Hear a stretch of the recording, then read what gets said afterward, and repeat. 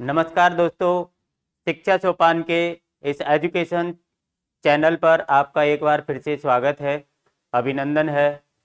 और जैसा कि आपको विदित है कि हमारे द्वारा एक शिक्षा के क्षेत्र में आपके लिए घर बैठकर शिक्षा लेने का एक नया प्रयास है और इसका आप अधिक से अधिक लाभ उठाएं और दूसरे लोगों तक भी आप हमारी जो वीडियो है या चैनल का जो लिंक है आप दूसरे तक भी शेयर करें, जिससे कि आप तो इसका लाभ ले ही सकते हैं, आपके साथ साथ दूसरे आपके साथी हो सकते हैं या आपके परिवार या रिश्तेदार वाले जो हैं वो भी इसका लाभ उठा सकते हैं। तो यदि आप हमारे चैनल पर आज पहली बार आए हैं तो आप हमारे चैनल को सब्सक्राइब कर लें, लाइक और कमेंट करें। आप कौन सी एग्ज़ाम दे रहे हैं, कौन सी एग्ज़ाम की आप तैयारी कर रहे हैं, कौन सी क्लास के अंदर आप पढ़ रहे हैं, आप क्या क्या सब्जेक्ट पढ़ना चाहते हैं, कौन सा टॉपिक आपको अच्छा नहीं लगता है, कौन सा टॉपिक आपको अच्छा लगता है, कौन सा टॉपिक आपको डिफिकल्ट लगता है, तो ऐसी चीज़ें हम आपके लिए अच्छी से अच्छी प्रकार से आपको पहुंचाने का प्रयास करेंगे। आप हमें कमेंट के जरिए इस चीज़ को ज़रूर बताएं। हमारा संधि का पार्ट अभी चल रहा है और संधि के 2 पार्ट हमारे द्वारा आप तक पहुंचाए जा चुके हैं। आज हम तीसरे पार्ट में संधि में व्यंजन संधि पढ़ेंगे। स्वर संधि हमारी यहाँ पर कंप्लीट हो गई है। देखिए, स्वर संधि सभी बच्चों की लगभग अच्छी होती है या आसानी से समझ में आ जाती है, लेकिन बात जहाँ पर आती है व्यंजन संधि की, तो व्यंजन संधि और विसर्ग संधि में जो स्टूडेंट हैं वो थोड़ी सी कमजोर होते हैं, मतलब उनको ये चीज समझने में परेशानी आती है। इसका सबसे यदि मूल कारण है, जो मेरे अनुसार मैं आपको बता रहा हूं, मेरे अनुसार इसका मूल कारण ये है कि आप किताबी लैंग्वेज के अंतर्गत जो है वो आप नियमों को पढ़ते हैं।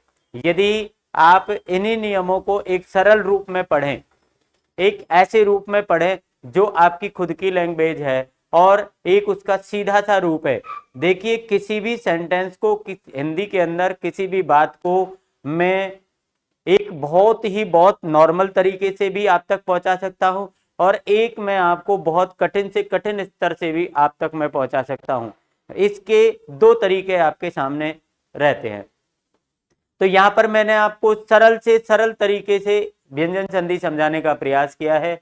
आपकी समझ में मुझे लगता है कि अवश्य आएगी और यदि आपकी समझ में आती है, आपको अच्छी लगती है, तो आप कमेंट के जरिए हमें जरूर बताएं।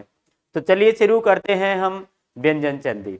तो व्यंजन संधि की यदि अपन डेफिनेशन की बात करें सबसे पहले कि व्यंजन संधि होती क्या है, तो व्यंजन संधि की डेफिनेशन में हम सबसे पहले पढ़ेंगे यहाँ पर परिभाषा कि व्यंजन के बाद स्वर या व्यंजन के मेल से शब्द में जो विकार उत्पन्न होता है उसे हम व्यंजन संधि कहते हैं। ये आपको पता है कि स्वर संधि के अंदर स्वर के साथ स्वर का मेल होता है और शब्द में विकार आता है। लेकिन यहाँ पर यदि आप व्यंजन संधि की बात करेंगे तो व्यंजन संधि में यहाँ पर आपको कोई भी एक व्यंजन आता है और व्यंजन के बाद में यहाँ पर आपको कोई भी स्वर आ सकता है या व्यंजन आ सकता है। यदि ऐसी स्थिति आपको आती है और ऐसी स्थिति के बाद में जो शब्द में आपका क्या बनेगा, विकार बनेगा या परिवर्तन जो आएगा, उसको हम क्या कहेंगे, व्यंजन संधि कहेंगे। ये बिल्कुल सीधी सी बात है। अब इस सीधी सी बात को आप किताबी लैंग्वेज में कैसे भी स्तर से पढ़ लीजिए, आपको समझ में तो इसी तरीके से आ सकती है कि भैया व्यंजन के बाद में या तो व्यंजन आए या स्वर आए, दोनों ये क्या करते हैं, संधि करते हैं, दोनों मिलते हैं और इनके दोनों के मेल से शब्द जो होता है वो परिवर्तित हो जाता है, शब्द के अंदर एक विकार आता है और इस विकार को हम क्या कहते हैं, व्यंजन संधि कहते हैं। इसके कोई भी आपको पता है व्यंजन संधि के कोई भी प्रकार नहीं है, तो इसलिए हिंदी के अंदर व्यंजन संधि के जो है वो कुछ नियम पढ़ाए जाते हैं और वो नियम कौन कौन से हैं, उन नियमों के बारे में हम यहाँ पर चर्चा करेंगे। एक एक नियम हमने हमारी लैंग्वेज में एक सरल रूप में आप तक पहुंचाने का प्रयास किया है। आशा करते हैं हम आपको ये बहुत अच्छे लगेंगे और आपको समझ में आएंगे। देखिए, यदि अपन बात करते हैं नियम नंबर 1, नियम नंबर 1 यदि हम मेरी लैंग्वेज में मैं बात करूं तो यदि किसी शब्द में किसी हल वर्ण के बाद यदि वही वर्ण अपने हल या पूर्ण रूप में आता है तो जब अपन विच्छेद करेंगे, विच्छेद करते समय हल वर्ण को तय बना देते हैं। यदि यहाँ पर मैं आपको इसको एक शॉर्ट रूप के अंदर लिखता हूं, तो यदि आपको यहाँ पर कोई भी एक आधा अक्षर आता है, हल वर्ण आता है, और हल वर्ण के बाद तुरंत बाद ही यदि आपको ये ही वर्ण यदि आपको हल या पूर्ण रूप में आता है, ठीक है ना, वर्ण कौन सा होना चाहिए, जो आपका यहाँ पर हल वर्ण आया है वो यहाँ पर आना चाहिए, ये इसकी एक शर्त है। तो यदि ऐसी स्थिति आपके सामने होती है तो इस हल वर्ण को हम तय में परिवर्तित कर देते हैं और कोई परिवर्तन इसके अंदर हम नहीं करते हैं। ये हमारा नियम है। यदि आप इसी नियम को किसी भी प्रकार की गाइड के अंदर या किसी किताब के अंदर पढ़ेंगे तो इसी नियम को बहुत तोड़ मोड़ के 2-3 नियम बना के और आपको भ्रमित करने का प्रयास किया गया है। बाकी की आप इस तरीके से मानिए, एक आधा अक्षर हो, आधे अक्षर के बाद यदि वही वर्ण बार बार दोबारा आ रहा है और वो कैसे भी रूप में आ रहा है, या तो वो हल रूप में आ रहा है या वो पूर्ण रूप में आ रहा है, किसी भी स्थिति में आ रहा है, आप इस आधा अक्षर जो आपके सामने जो पहले लगा हुआ है उसको आप तय में परिवर्तित कर दीजिए, आपका काम हो जाएगा, आपका संधि विच्छेद हो जाएगा। आप एग्जाम्पल देखिए, यहाँ पर सबसे पहले हमने एग्जाम्पल दे रखा है उच्चारण। आपने देखा यहाँ पर कि ये एक तो इसमें आधा च है और इसके बाद में यही चा, मतलब ये च और च के बाद में वही च दोबारा आ रहा है, तो हम समझ जाएंगे कि ये संधि कौन सी है, व्यंजन संधि है। और व्यंजन संधि में हमारा पहले वाला नियम इसके अंदर काम कर रहा है, तो हम तुरंत ही इस आधे अक्षर को तय में बदल देंगे, इसके अलावा आपको कुछ भी नहीं करना है। तो देखिए बराबर मुझे ऊ ऐसे ही लिखना है, आधा अक्षर आपका आ गया, आधे अक्षर को मैंने तय में परिवर्तित कर दिया और इसके बाद में जो भी बचा है मेरे पास उसको मैं यहाँ पर लिख दूंगा चारण। ये हो गया आपका संधि विच्छेद उत प्लस चारण। आपको किसी प्रकार की कोई दिक्कत नहीं है, जैसा आपको बताया गया है वैसा आपने किया है। यदि आपको जो नियम बता रहा है, यदि आप ऐसा काम कर रहे हैं, आपको कहीं पर कोई दिक्कत नहीं आने वाली है। अब हम बात करते हैं अगले एग्जाम्पल की। अगला एग्जाम्पल लिख रहा है सज्जन। आपने यहाँ पर देख लिया कि आधा जय है और इसके बाद में पूरा जय है, मुझे बदलना कौन है, आधा जय, इसके बाद मुझे और कुछ नहीं करना है। तो स मैं ऐसा ही लिखता हूँ, आधे जय को मैं आधे तय में बदलता हूँ और जन को मैं ऐसे के ऐसे ही लिख दूंगा और मेरा संधि विच्छेद कंप्लीट हो जाएगा, सत प्लस जन। अब इसमें प्रॉब्लम आपको कहाँ है, कोई प्रॉब्लम नहीं है। अगला एग्जाम्पल हमने देखा उज्जवल। उज्जवल में आपने देखा आधा जय है, आधे जय के बाद में भी आधा जय है। हमने यहाँ पर नियम लिखा कि यदि हल वर्ण हो और हल वर्ण के बाद यदि वही वर्ण अपने हल या पूर्ण रूप में आए, मतलब आधा भी आ सकता है पूरा भी आ सकता है, तो यहाँ पर ये आधा आया, फिर आधे के बाद में भी वो आधा ही आया, तो मुझे इसकी कोई टेंशन नहीं करनी है, मुझे आधे को तय में बदल देना है। पहला आधा जो है उसको मैंने तय में बदल दिया, इसके बाद जो शब्द आपके पास बच रहा है ज्वल, इसको आप ऐसे के ऐसे आप लिख दो, आपका संधि विच्छेद हो जाएगा। अगला है आपके पास में जगन्नाथ। जगन्नाथ में आपने देखा कि आधा नय आ रहा है, आधे नय के बाद में पूरा नय आ रहा है। आपको करना है क्या, आधे नय को तय में बदलना है। आधा नय मैंने तय में बदल दिया और नाथ को मैंने ऐसे कैसे लिख दिया, आपका संधि विच्छेद कंप्लीट हो गया। आपको किसी भी प्रकार की कोई प्रॉब्लम इसके अंदर नहीं आएगी। यदि आप नियम से कर रहे हैं, यदि आपको ये नियम पता है, इतना बड़ा नियम भी यदि आपको पता नहीं है, तो यहाँ पर हमने इसको एक छोटे रूप में लिख रखा है कि यदि आधा अक्षर आए, आधे के बाद में यदि वही अक्षर दोबारा आ जाए, चाहे कैसे भी रूप में आए, आधे पूर्ण रूप कैसे भी रूप में आए, आपको आधे अक्षर को तय बनाना है, इसके अलावा आपको कुछ भी नहीं करना है। हमने 4 एग्जाम्पल यहाँ पर देखे, आपने एग्जाम्पल का संधि विच्छेद आपने किया, हमने आपको करके बताया। हम आशा करते हैं आपको ये नियम पसंद आया, अच्छा लगा और आप इस नियम के संधि विच्छेद को आसानी से कर पाएंगे। आगे हम दूसरे नियम की तरफ बढ़ते हैं। आपका दूसरा नियम दूसरा नियम हमारा ये कहता है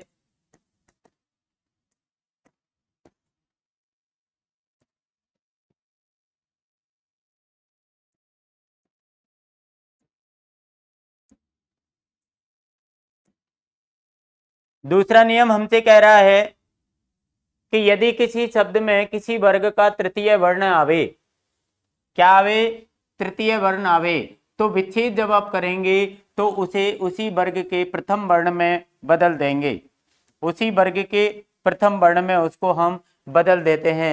ये हमारा नियम कहता है, नियम नंबर 2। क्या कह रहा है, यदि किसी शब्द में किसी वर्ग का तृतीय वर्ण आवे, तीसरा वर्ण आवे। आपको पता है कि हिंदी के अंदर आपके 5 वर्ण होते हैं, 5 वर्ग होते हैं। कितने वर्ग होते हैं, 5 वर्ग। कै वर्ग होता है, और कै वर्ग का जो है तृतीय वर्ण है आपका, वो आपका गे हो गया। च वर्ग, च वर्ग का आपका तृतीय वर्ण च छ जय हो गया। ट वर्ग, ट वर्ग का आपका तृतीय वर्ण ट ठ ड हो गया। इसके बाद आपका आ गया तय वर्ग, तय वर्ग का आपका तय थ द हो गया। पे वर्ग, पे फे ब, ये आपके तृतीय वर्ण है। कहने का मतलब ये तृतीय वर्ण यदि आपको शब्द के अंदर दिखाई देते हैं, ये क्या कहता है कि उसे उसी वर्ग के प्रथम वर्ण में बदल देते हैं। लेकिन आपको इतना ध्यान रखना है कि ये आधा ही हमको हटाना है और आधा ही हमको लगाना है। ये हमको यहाँ पर ध्यान रखने वाली बात है, और इसके अलावा आपको कुछ भी ध्यान नहीं रखना।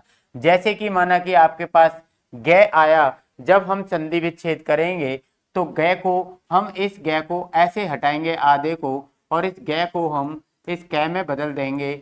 ऐसे ही जय को हम चै में बदल देंगे, डै को हम टै में बदल देंगे, दै को हम तय में बदल देंगे, और पै को हम पै में बदल देंगे। ये हमारा बदलाव रहेगा। यदि हम विच्छेद से संधि करते हैं तो हमें इस नियम को उल्टा कर देना चाहिए। फर्स्ट वर्ण को हमें तृतीय वर्ण में ट्रांसफर करना है। यदि आप विच्छेद से संधि करते हैं, तो संधि से विच्छेद करते हैं तो आपको पहले को तीसरे में बदलना है।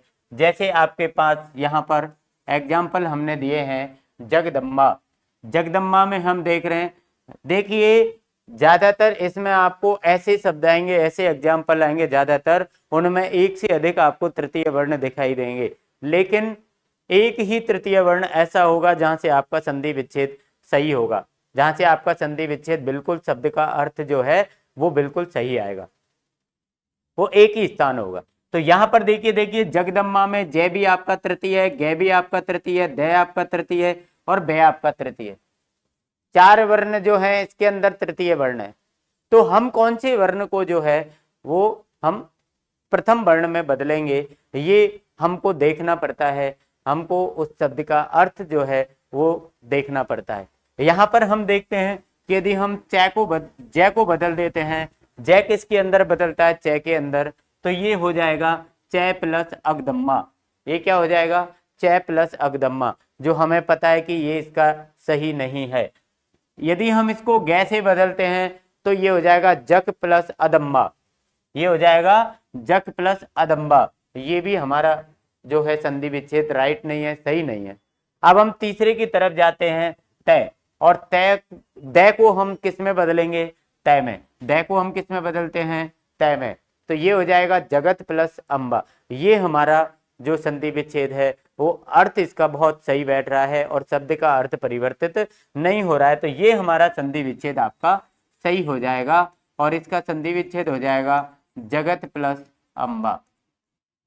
हमने देखा, हम आपने भी देख लिया कि ये यहाँ पर मैंने ऐसे लिखा, और ये तृतीय वर्ण को हम प्रथम वर्ण में ट्रांसफर कर रहे हैं। यहाँ भी हमने संधि विच्छेद किया, हमने इस द को हमने तय में बदला, इसके अलावा कुछ भी नहीं किया। आधा हटाया तो आधा ही हमने तय लगाया, और द के अंदर जो मात्रा थी ए की, वो ए को हमने आगे प्लस के बाद लिख दिया। इसके अलावा हमने इसमें कुछ भी नहीं किया। आगे हम यदि दिगंबर में देखिए द, गे और बे, ये तीनों ही आपके क्या हैं, तृतीय वर्ण है। तो दै से यदि आप इसका संधि विच्छेद करते हैं तो तय प्लस एगंबर होगा, ये गलत है। यदि हम इसका गै से करते हैं तो दिक प्लस अंबर होगा, ये इसका संधि विच्छेद जो है वो राइट माना जाएगा, दिक प्लस अंबर। यहां पर हमने देख लिया कि गै को हमने किस में बदल दिया, गै को हमने कै में बदल दिया, और गै की जो ए था वो हमने यहां पर लिख दिया अंबर। नियम के अलावा हम कुछ नहीं करेंगे। यदि आपने नियम से चले, नियम के अलावा आपने कुछ भी नहीं किया, तो आपका संधि विच्छेद हो या हिंदी के अंदर कोई भी व्याकरण का टॉपिक हो, जिसका नियम आपने फॉलो किया है, आपका कोई कुछ नहीं बिगाड़ सकता। तीसरा एग्जाम्पल है इसमें दिग्गज। देखिए यहां पर भी दै, गै और जय तीनों ही वर्ण आपके तृतीय हैं। तो हम यदि यहां से दै से संधि विच्छेद करते हैं तो तय प्लस एक गज हो जाएगा, गलत होगा। यदि हम गै से करते हैं, गै भी इसमें दो हैं, गै भी इसमें दो हैं। देखिए यहां पर जो आपने फर्स्ट वाला नियम देखा है वो भी यहां पर आपको उसकी पहचान भी यहां पर मिल रही है। आप कहेंगे सर इसमें तो आधा गै है, इसके बाद पूरा गै है, तो इस गै को हम तय क्यों नहीं बनाए। तो देखिए हर नियम जो होता है वो ऐसे ऐसे शब्द हैं जिसमें एक शब्द के अंदर आपको दो संधियों की पहचान मिल जाती है, लेकिन जब आप उसका संधि विच्छेद करते हैं तो वो एक ही संधि से उसका विच्छेद सफल होता है। जैसे यदि माना कि मैं यहाँ पर आपको बताऊं, मेरे पास में एक शब्द लिखा हुआ है विद्यालय, आप इसको खूब पढ़ते हैं, खूब सभी टीचर्स आपको विद्यालय का संधि विच्छेद कराते हैं और ये स्वर दीर्घ संधि के अंदर आता है। लेकिन यहाँ पर मैं बात करूं तो ये आधे द के बाद ये आ रहा है, तो ये यण संधि की पहचान भी है कि यदि आधे अक्षर के बाद में यह या वे आता है तो वो यण संधि भी होती है, ये आपको पता है। तो यहां पर हमने यण संधि क्यों नहीं की, क्योंकि यदि हम इसका यण संधि से संधि विच्छेद कर देते तो ये क्या हो जाता, ये हो जाता विधि प्लस आलय। क्या हो जाता, विधि प्लस आलय, क्योंकि यहां पर हमको यह हटाना होता और यह के स्थान पर हम ई या बड़ी ई की मात्रा लगाते हैं। ये आप बिल्कुल जानते हैं, आपने नियम पढ़ा है यण संधि का। लेकिन ये जब हमने किया तो आले तो फिर भी चलो ठीक है, लेकिन विधि का मतलब यहाँ पर जो है विद्यालय का अर्थ यहाँ पर अनर्थ हो जाता है। इसलिए हमको यहाँ पर ये जो संधि विच्छेद है गलत माना जाएगा, और जो हम दीर्घ संधि से इसका संधि विच्छेद करेंगे विद्या प्लस आलय मतलब विद्या का घर, ये आपका विद्यालय का सही संधि विच्छेद माना जाएगा। तो मुझे लगता है कि आप इस एग्जाम्पल से ये चीज समझ गए कि एक शब्द के अंदर एक से अधिक संधियों की पहचान हो सकती है, लेकिन उसका वास्तविक अच्छा संधि विच्छेद जो होगा, सही संधि विच्छेद जो होगा, वो एक ही जगह से आपका होगा। तो इसलिए आपको इसमें बिल्कुल दिमाग नहीं लगाना है कि सर ये तो हमारा दो संधि की पहचान आ गई, हम कंफ्यूज हो गए। कंफ्यूज नहीं हुए भैया, आप यदि इसको उस तय से करते हैं तो दित दित प्लस गज होगा, दित प्लस गज। तो ये बिल्कुल आपको भी लगेगा कि ये गलत है, तो आप तृतीय वर्ण वाले से करके देखेंगे और ये हो जाएगा आपका दिक प्लस गज। अब बहुत से स्टूडेंट ये भी सोचेंगे कि सर सब में ए लगाया, इसमें ए लगाया, इसमें ए लगाया, तो इसमें हमने ए क्यों नहीं लगाया, ये अगज हमने क्यों नहीं किया। ये प्रश्न हमारा अपने दिमाग में जो है वो कभी कभी आ जाता है। तो भैया आपको ध्यान रखना है कि यहाँ पर हम आधा हटाते हैं, आधा लगाते हैं, बिल्कुल राइट है। हमने यहाँ पर आधा हटाया, हमने आधा यहाँ पर लगा दिया, तो इसमें जब कुछ बचा ही नहीं, आधा ही था, आधा हमने उसके बदले में दूसरा वर्ण ले लिया, जब कोई स्वर उसके साथ था ही नहीं, तो इधर से हम कैसे स्वर बचा के लिखेंगे। ये बात आपको समझ में आ गई। अगला है आपके पास में बागीश, इसमें एक ही तृतीय वर्ण है गे। अब यहां पर भी आप देख रहे हैं कि आपके पास में आ, बड़ी ई और बड़ा ऊ, आपको पता है ये तीनों जहां पर होते हैं वहां पर दीर्घ संधि की संभावना रहती है। मतलब दीर्घ संधि की पहचान भी है कि यदि किसी शब्द के अंदर आ ई ऊ आते हैं, आप यहाँ पर देख रहे हैं कि हमको बड़ी ई की मात्रा और आ भी यहाँ पर दिखाई दे रहे हैं, तो क्या ये इसमें दीर्घ संधि हो सकती है, हो सकती है। लेकिन भैया जब आप इसका टुकड़ा करेंगे, संधि विच्छेद करेंगे, तो इसका जो अर्थ है वो खराब हो जाएगा। और हमारी संधि जो कहती है, इसमें आपको ये बात बिल्कुल दिमाग में बिठा लेनी है कि संधि के अंदर शब्द में विकार आता है, अर्थ में विकार कभी भी नहीं आता है। तो ये चीज आप बिल्कुल अपने दिमाग में रखें। तो यहां पर हमको इसी से इसका संधि विच्छेद करना होगा और कै को मैं कै में बदल दूंगा और बड़ी यहां पर बच जाएगी। ये हो जाएगा बाक प्लस ईस। क्या हो जाएगा ये? बाक प्लस ईस। मुझे लगता है कि आपको ये चीज बिल्कुल समझ में आ रही है, ऐसा मुझे लगता है। आप यदि हमें कमेंट करके बताएंगे कि हाँ हमारे ये चीज समझ में आ रही है तो हमें और भी अच्छा लगेगा।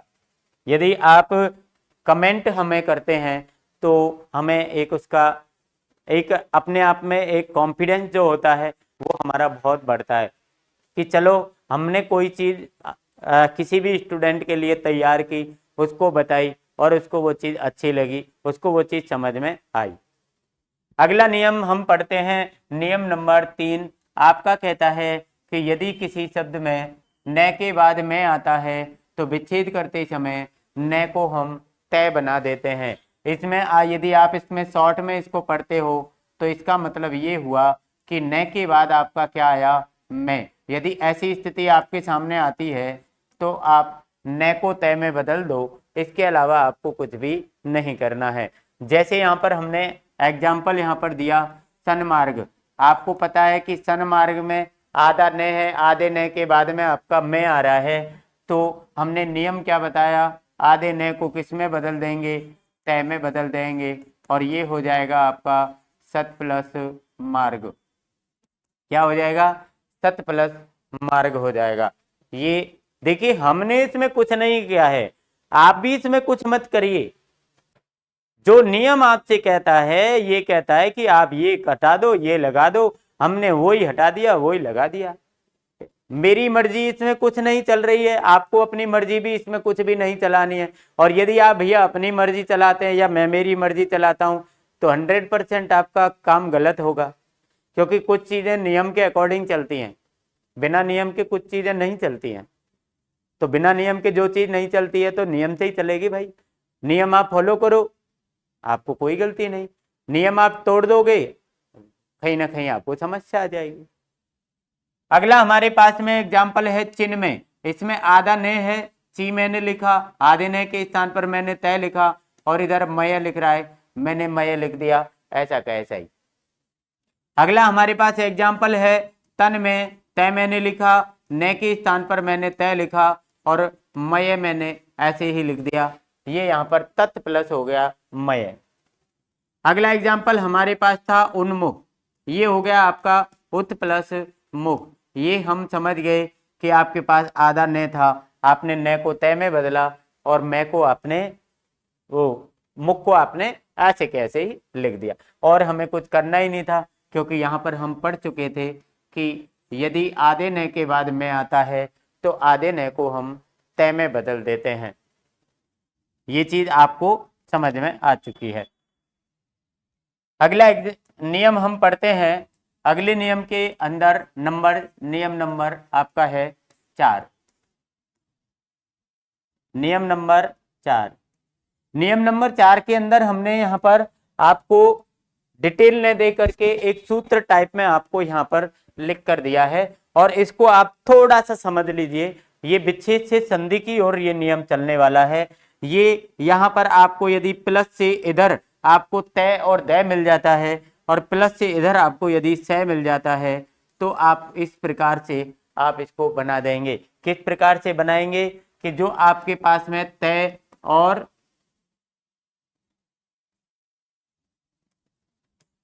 आपके पास में जो तय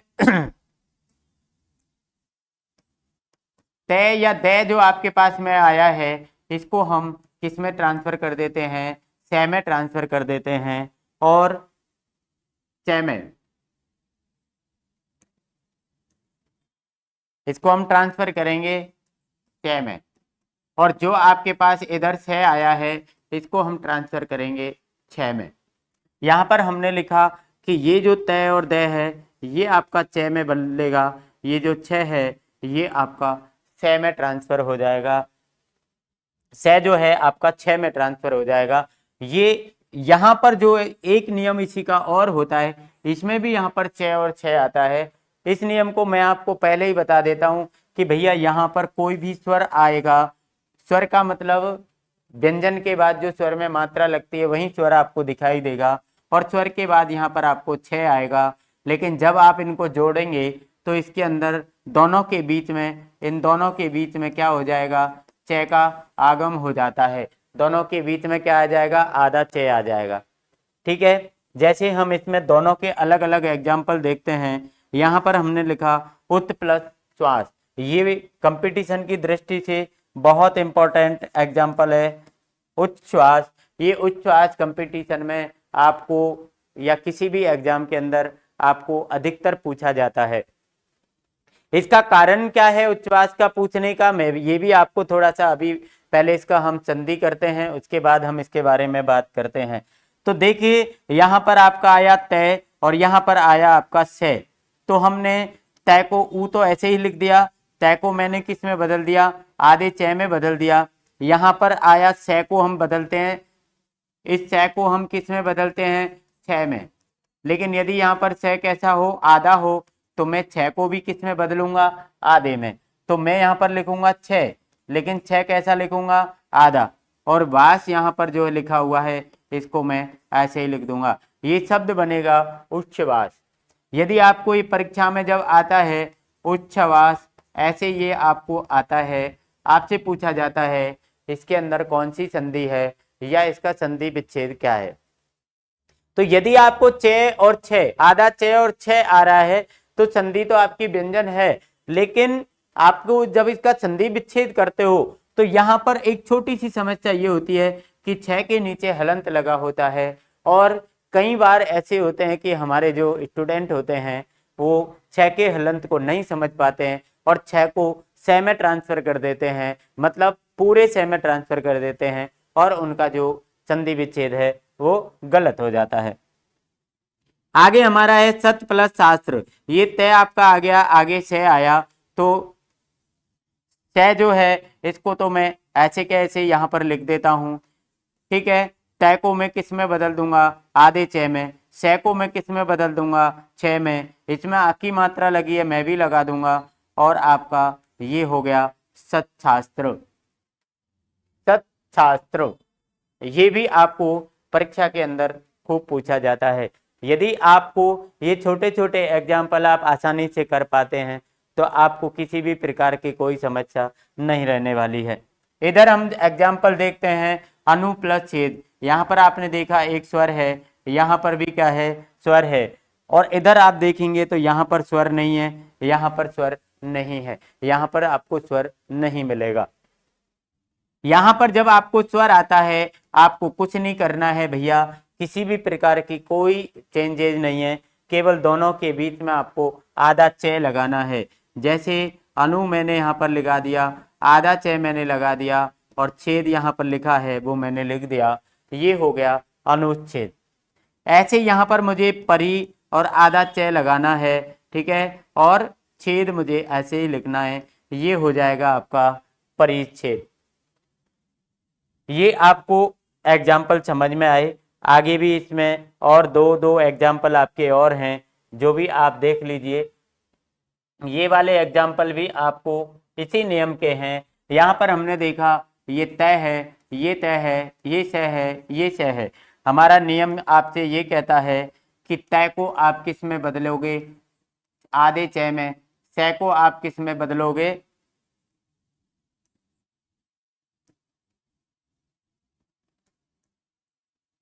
ठीक है ना, आधे 6 में मैंने इसको बदल दिया, 6 को मैंने आधे 6 में बदल दिया, और ये ई की मात्रा लगा दी, और ये हो गया उच्छिष्ट।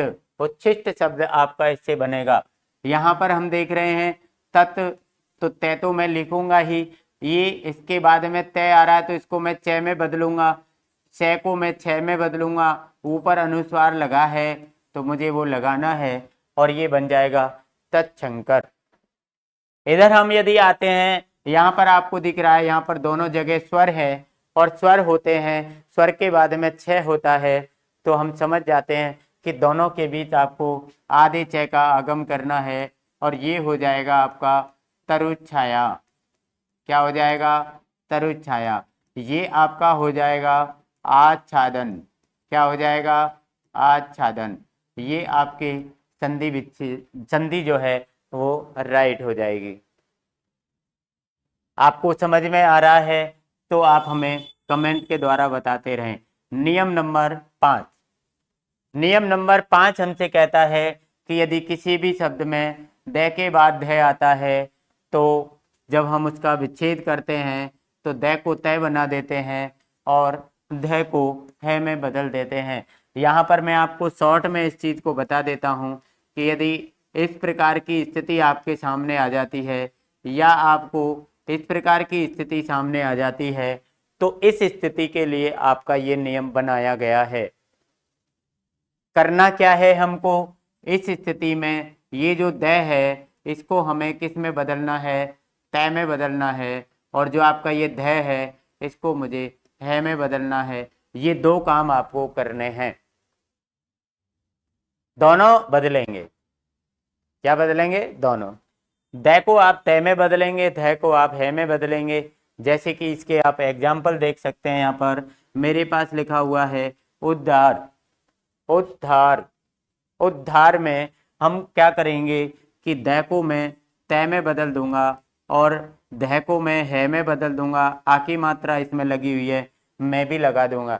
एक यहाँ पर आपको थोड़ा सा कंफ्यूजन में और एक दूर कर देता हूं, जो शायद कुछ बच्चों को पता होता है, कुछ हमारे स्टूडेंट ऐसे होते हैं जिनको पता होता है, कुछ को पता नहीं होता है। मैं यहाँ पर कुछ आपको ये चीज़ क्लियर कर देता हूँ कि ये आपका जो है वो संयुक्त वर्ण है। हिंदी वर्णमाला के अकॉर्डिंग हमारा ये शब्द जो है, ये वर्ण जो है ये संयुक्त वर्ण के अंदर आता है। और संयुक्त वर्ण हमारा कहता है कि यदि किसी के साथ दो व्यंजन जुड़ रहे हों और एक स्वर जुड़ रहा हो तो वो आपका संयुक्त वर्ण होता है। लेकिन ये संयुक्त वर्ण बहुत से स्टूडेंट की एक गलत फहमी होती है कि जो ये नीचे लटका हुआ है ध, ये आधा है और द पूरा है, जबकि ये उल्टी बात है। इसमें आपका द तो आधा है और ध पूरा है। ये इस प्रकार की स्थिति है। यदि आपको यहाँ पर द के नीचे ब लगा हुआ है तो भैयाओ ये द आधा है और ब पूरा है। यदि आपको इस है के नीचे न लगा हुआ है तो आपकी स्थिति जो है वो है आधा है और न पूरा है। मेरी बात आपको समझ में आ रही है? इसको आप दिमाग में बिठा लें और इसमें ये काम आती है।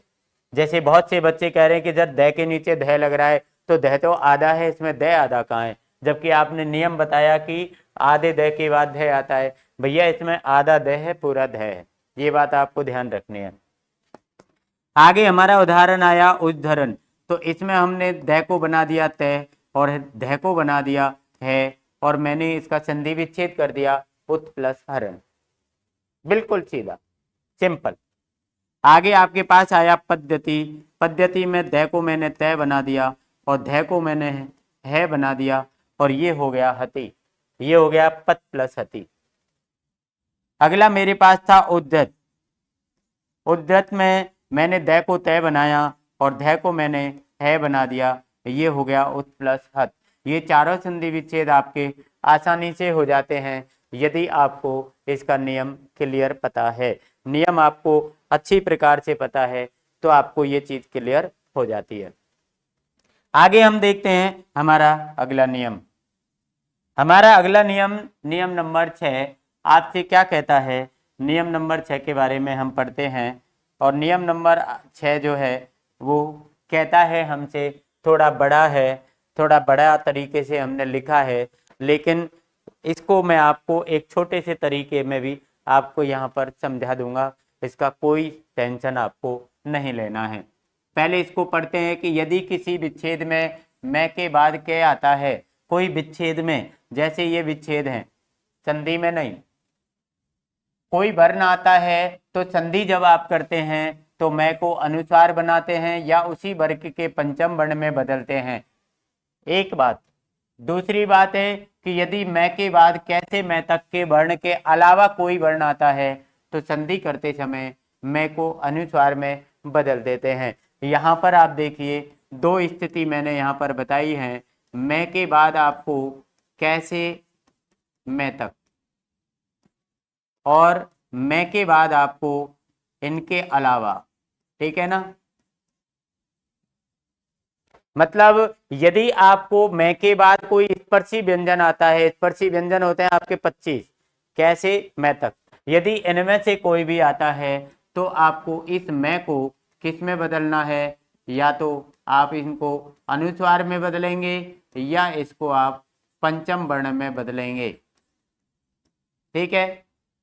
यदि आपको मैं के बाद में कैसे मैं तक के वर्ण के अलावा कोई वर्ण आता है, मतलब आपका ये वे रे, ये रे ले वे से है, ऐसे वर्ण यदि आपको कोई भी आते हैं तो आप क्या करेंगे, इस मैं को केवल अनुस्वार में बदल सकते हैं, पंचम वर्ण में नहीं बदल सकते। और पंचम वर्ण में क्यों नहीं बदल सकते, क्योंकि पंचम वर्ण हमारे केवल वर्गों के अंत में पाए जाते हैं और वर्ग हमारे स्पर्शी व्यंजन में ही होते हैं, मतलब वर्ग हमारे यहीं पर खत्म हो जाते हैं। तो इसलिए हमारा पंचम वर्ण बचा ही नहीं, य की लाइन में या से की लाइन में, इसमें दोनों लाइनों में कोई भी पंचम वर्ण नहीं होता है। तो पक्का आपका जो मैं है ये अनुस्वार में ही बदल कर आएगा। अब हम आते हैं आपके संधि विच्छेदों पर। संधि विच्छेद करके देखते हैं कि ये नियम के संधि विच्छेद हम कैसे करेंगे। देखिए हमारे पास लिखा सम प्लस कल्प, आपने देखा कि मैं के बाद में कै वर्ण आ रहा है और कै वर्ण जो है वो स्पर्शी होता है, तो मैं इसको दो तरीके से बदल सकता हूं, या तो मैं इसको पंचम वर्ण में बदल सकता हूं या मैं इस मैं को अनुस्वार में बदल सकता हूं। मैंने यहाँ पर मैं को अनुस्वार में बदल दिया। अब बहुत से बच्चे कहेंगे सर इसको यदि पंचम वर्ण में बदलना हो तो हम इसको कौन से पंचम वर्ण में बदलेंगे। तो आपको ये चीज ध्यान रखनी है कि यदि हमको पंचम वर्ण में बदलना हो तो ये जो कै है आपका, इस कै वर्ग का ही पंचम वर्ण यहाँ पर आपको लिखना पड़ेगा। यदि यहाँ पर आपका तय है तो तय वर्ग का ही पंचम वर्ण लिखना पड़ेगा। यदि आपका यहाँ पर छह है तो छह का तो कोई पंचम वर्ण है नहीं, हालांकि ये जो छह है ये आपका, मैं यहाँ पर और आपको बता देता हूँ, ये आपका जो छह है ये आपका क्या है, संयुक्त वर्ण है। क्या है ये, संयुक्त वर्ण है, और इसका जो निर्माण होता है वो कै और सै से होता है, ठीक है ना, कै और सै से होता है। लेकिन यहाँ पर आपको केवल अनुस्वार ही बदलना पड़ेगा। संतोष में देखते हैं सम प्लस तोष, तो ये हो जाएगा आपका संतोष। सम प्लस छेप ये आपका हो जाएगा संक्षेप। सम प्लस घटन ये हो जाएगा आपका संघटन। इधर के एग्जाम्पल हम देखते हैं, यहाँ पर है सम प्लस योग, ये आपका हो जाएगा संयोग। आपको कुछ नहीं करना है, आपको मैं को अनुस्वार में बदलना है, बस कुछ मत करो आप। सम प्लस सार ये हो जाएगा संसार। अब बहुत से बच्चे कहते हैं कि सर ये तो संसार, इसमें तो आधा न बोलता है, आधा मैं कहाँ से आ गया। तो भैया ये हमारे हिंदी के संधि के नियम के अकॉर्डिंग अनुस्वार जो होता है वो मैं में परिवर्तित होता है। ये हो गया आपका संरक्षण, और संरक्षण में हमको क्या करना है, मैं को अनुसार बदलना है, और ये हो जाएगा आपका संरक्षण। ये हो जाएगा आपका संलग्न। क्या हो जाएगा ये, संलग्न। ये आपके 4 और 4, ये 8 एग्जाम्पल हमने करे। आपको कोई प्रॉब्लम नहीं आएगी क्योंकि आपको नियम पता है और नियम के अकॉर्डिंग हम जो है वो चल रहे हैं, नियम के अकॉर्डिंग ही हम अपने वर्णों को चेंज कर रहे हैं।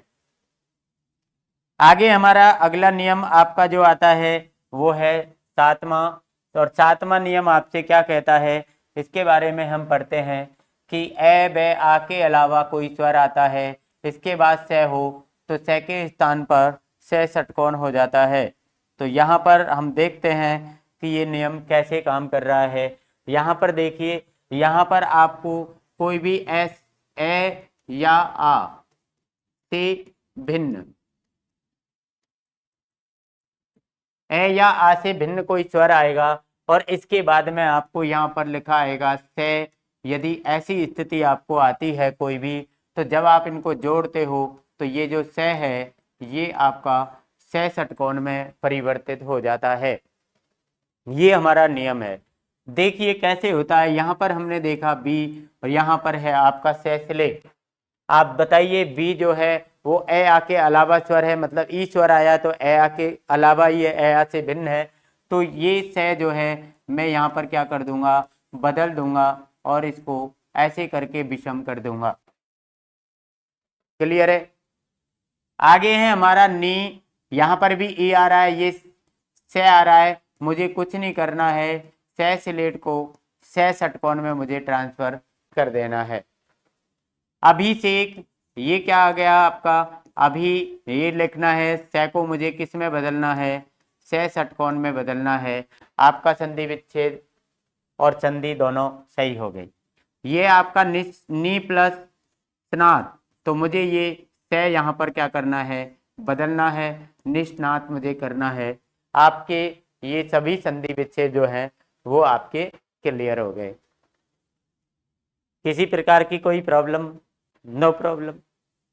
आपको नियम पता है, नो प्रॉब्लम। फॉलो कर रहे हैं नियम को, नो प्रॉब्लम। यदि आपको नियम पता नहीं है, प्रॉब्लम ही प्रॉब्लम। नियम पता है लेकिन हम नियम को अनुसरण नहीं कर रहे, नियम को फॉलो नहीं कर रहे, प्रॉब्लम ही प्रॉब्लम। मर्जी से कर रहे हैं तो प्रॉब्लम ही प्रॉब्लम। तुक्का मार रहे हैं, प्रॉब्लम ही प्रॉब्लम। प्रॉब्लम का एक ही सॉल्यूशन, क्या सॉल्यूशन, नियम पता होना चाहिए और पता होने के बाद में उसको फॉलो करना है, बस आपका काम सही चलेगा। नियम नंबर अगला हम पढ़ेंगे, नियम नंबर 8। नियम नंबर 8 आपका ये कहता है, क्या कहता है कि यदि आपके सामने यहाँ पर सम हो और सम के पास बाद आपका यहाँ पर कृति हो, कार हो, करण हो, यदि ऐसे शब्द यदि आपको यहाँ पर आए तो जब आप इन दोनों को जोड़ते हैं तो इन दोनों के बीच में आपका क्या हो जाता है, से का आगम हो जाता है और ये जो मैं है ये आपका अनुस्वार में बदल जाता है। ये दो काम हमको करने होते हैं। यहाँ पर लिखा हमने, यदि ऐसा आता है तो मैं को अनुस्वार में बदलते हैं और दोनों के बीच में, दोनों के मध्य में से का आगम हो जाता है। ये हमने पढ़ा। देखिए यहाँ पर सम प्लस कृत आया, तो सम प्लस कृत में मैं को मैंने यहाँ पर अनुस्वार कर दिया। हमारा नियम कहता है कि इन दोनों के बीच में आधे से का जो है वो आगम हो जाएगा, तो मैंने आधे से का आगम भी कर दिया। संधि विच्छेद संधि हो गई आपकी। आगे हमने देखा सम प्लस करण, वही नियम मैंने इसमें फॉलो किया। से को मैंने क्या कर दिया, अनुस्वार में बदल दिया। आधा से मैंने यहाँ पर लगा दिया, ये आपका हो गया संस्करण। अगला नियम मैंने यहाँ पर देखा, से को मैंने अनुस्वार बना दिया, से मैंने आधा लगा दिया, कार मैंने ऐसे ही लिख दिया। ये आपका संधि विच्छेद जो है वो आसानी से आपके पास में कंप्लीट हो गया। कोई दिक्कत नहीं है किसी भी प्रकार की। इसका एक एग्जाम्पल और हमको आगे मिलेगा। हमने हर उसके 4 एग्जाम्पल लिए हैं और ये चौथा एग्जाम्पल आपके सामने इसका है। हमने यहाँ पर देखा सम है, कृति है, तो हम क्या करेंगे, हम करेंगे यहाँ पर से को मैंने अनुसार बना दिया, आधे से का मुझे आगम करना है और ये शब्द बन जाएगा आपका संस्कृति। क्या शब्द बन जाएगा, संस्कृत। ये आपके नियम हो गए 8। नियम नंबर 9। नियम नंबर 9 आपका कहता है, देखिए पहले वाला नियम और ये वाला नियम ये दोनों मिलते जुलते हैं। वहां पर सम के बाद कृति कार करण आएगा, लेकिन यहाँ पर किसके बाद आएगा, परी के बाद कृत कृति करण कार, ये चीजें आती हैं। और वहां पर हम क्या करते थे, परी सम के बाद में आधे से सिलेट का आगम होता था, लेकिन यहाँ पर आपको से षटकोण का आगम होगा और यहाँ पर मैं नहीं है, इसलिए अनुस्वार का कोई मैटर नहीं रहेगा। तो देखिए हम इसको करते हैं। यहाँ पर आपका लिखा हुआ है परी, यहाँ पर लिखा हुआ है कृत। मैंने यहाँ पर क्या किया, परी को ऐसे ही लिख दिया। ये कहता है कि परी के बाद कृत हो तो आधा षटकोण लगा दो दोनों के बीच में, तो मैंने दोनों के बीच में आधा से षटकोण लगा दिया और ये मेरा शब्द बन गया परिष्कृत। परि प्लस करण, ये मेरा हो गया आपका परिष्करण। हमने देखा कि यहाँ पर आपका परि है, यहाँ पर करण है, मुझे कुछ नहीं करना है, दोनों के बीच में आधा से षटकोण लगाना है, मैंने लगा दिया। वही यहाँ पर परि प्लस कार, तो ये हो जाएगा परिष्कार। परि प्लस कृति, ये हो जाएगा परिष्कृति। तो ये मैंने आसानी से आपके लिए हल कर दिए। ये आसानी से हल कब हुए? जब मुझे इसका नियम पता था, जब मैं इसके नियम को फॉलो कर रहा था। और यदि मुझे नियम पता नहीं है, नियम में फॉलो नहीं कर रहा हूं, तो भैया किसी भी हालत में आपका संधि विच्छेद सही नहीं होगा। आप तुक्केबाजी कर सकते हो, आप तुक्केबाजी कर सकते हो, और तुक्केबाजी भैया सरल सक्सेस नहीं होती है। यदि आपका लक साथ दे देता है भाई हो जाती है कभी कभी, तो ऐसा नहीं है कि तुक्केबाजी हमेशा सही जाती है। तो तुक्केबाजी से आप बचकर रहिए। और आपसे हमारा ये यहीं पर हम व्यंजन संधि जो है हमारी समाप्त हो जाती हैं।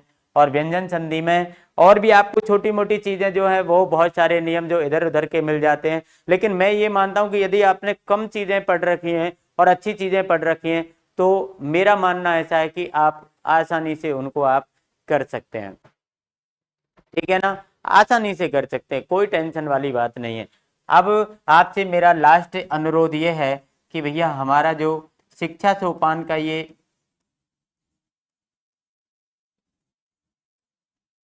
हमारा शिक्षा सोपान का जो ये चैनल है, इसको आप सब्सक्राइब अवश्य कर लें।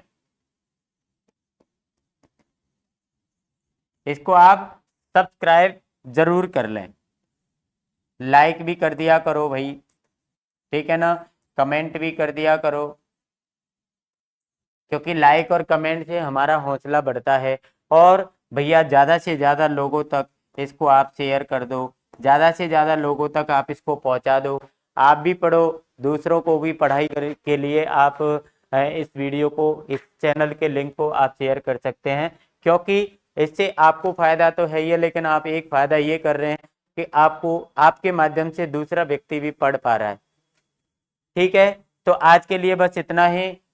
आपको और आपके फ्यूचर के लिए जो भी आप करना चाहते हैं उसके लिए best of luck. Thank you.